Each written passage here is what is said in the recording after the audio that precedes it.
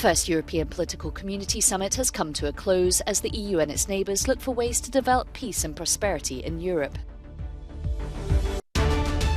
Leaders of Azerbaijan, Turkey and Armenia meet at the European Political Community despite recent clashes in the Nagorno-Karabakh region.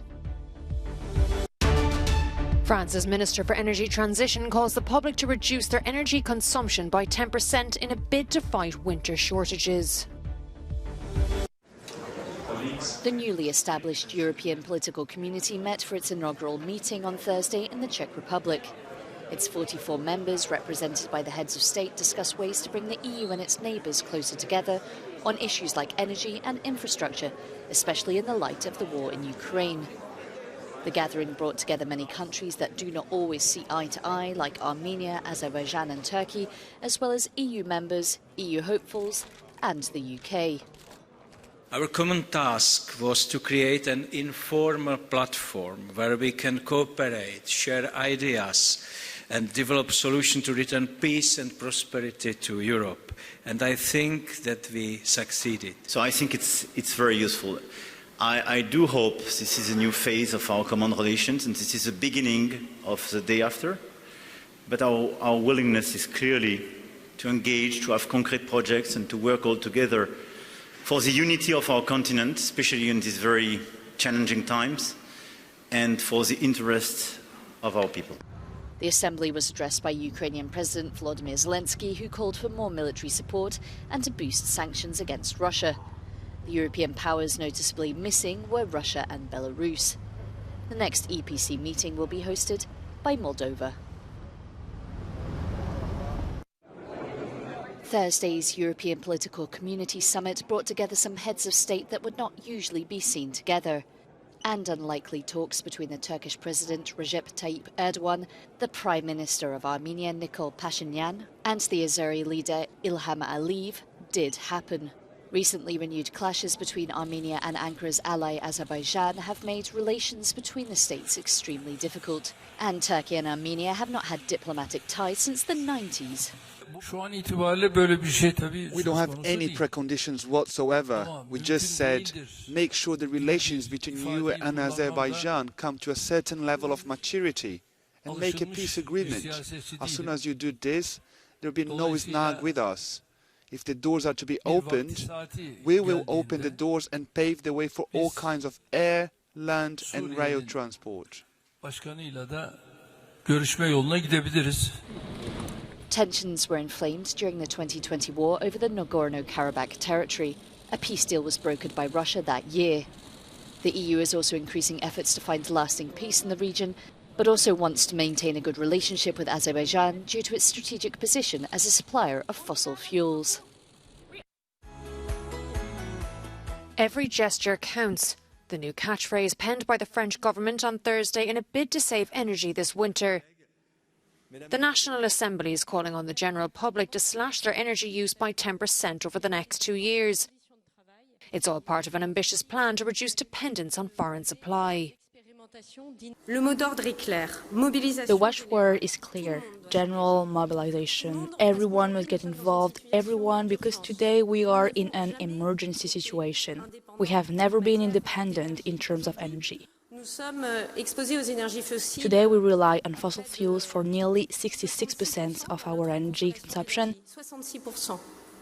66%, and the challenge is to get out of these fossil fuels, to really use this abundant energy at a low cost so it no longer harms our planet.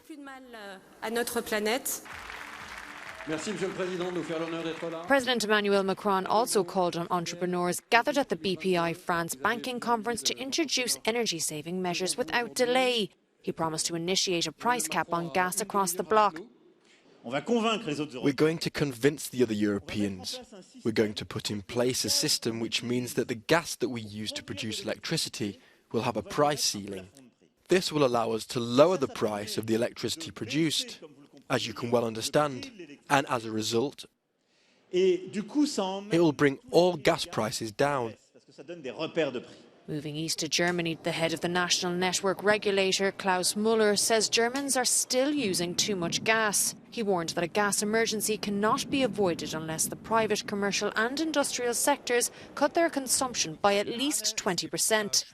Meanwhile, the UK's electricity system operator says households could face power cuts of around 3 hours a day. However, it added the risks are low. The Irish government has also ruled out system-wide blackouts. However, the Environment Minister, Eamon Ryan, warned last week that the energy crisis will last 2 years. One long-standing issue European leaders seem unable to solve is migration. On Thursday, 2 tragic accidents saw at least 22 people dead and dozens missing after migrant boats sunk near Lesbos and Kythera. Nearly 100 others were saved, but what they experienced will stay with them forever. About 3 or something like 2 hours later. And during these 3 and 2 hours, most of women died. And then young guys and old men. We couldn't do anything for them. We saw just how they died. The UN Refugee Agency says that there has been a shift in the type of migration, with desperate people taking more dangerous routes than 5 years ago. So the trend since 2015 has been a decrease. However, in saying that, the journeys are becoming more dangerous. We are seeing the death toll climbing.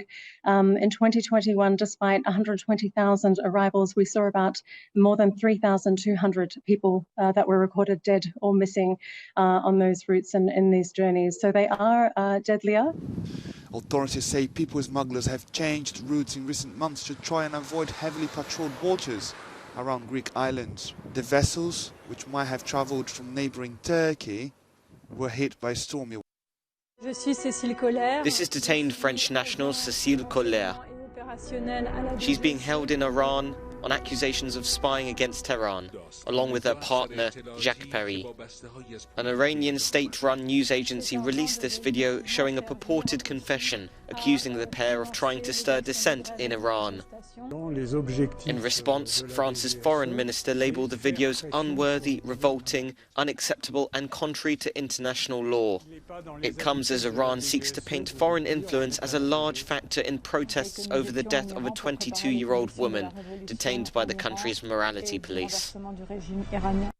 The world's weather is interconnected, and this year's La Niña, a powerful weather pattern influenced by cooler temperatures over the Pacific Ocean, is making the prospect of extremely cold, dry weather this winter considerably more likely across the continent of Europe. It's all because of high air pressure. While the temperature is going up everywhere on the globe, Central Asia will remain cold for the time being. So as soon as we start having easterlies, this Siberian air will move over Europe and will make the temperature drop. So that's the risk we are facing, especially at the beginning of the winter. While the temperature is increasing around the globe, La Niña's impact is being felt in different ways on different continents. In Australia, some of the wettest ever conditions have been recorded. And in western parts of North America, a drought like no other is being experienced. For Europe, La Niña's impact could mean extreme cold weather is just around the corner. We are going to see these extremes. These extremes are going to get worse, certainly over our lifetimes. We're going to have to expect to see things get considerably more severe. It comes at a time when gas shortages this winter are a real possibility for many European countries. And for Londoners Eileen and Michael O'Keefe, the timing could not be worse. The cost of making a cup of tea has already tripled. There's only one more daunting period they can remember. We got through the war and the rationing, and we will get through it. But I think for the next 6, 8, 9 months, it's going to be very, very difficult. Weather is hard to predict, but the early data suggests the probability of an extremely cold winter is far higher than normal. Luke Hanrahan, Euronews, London.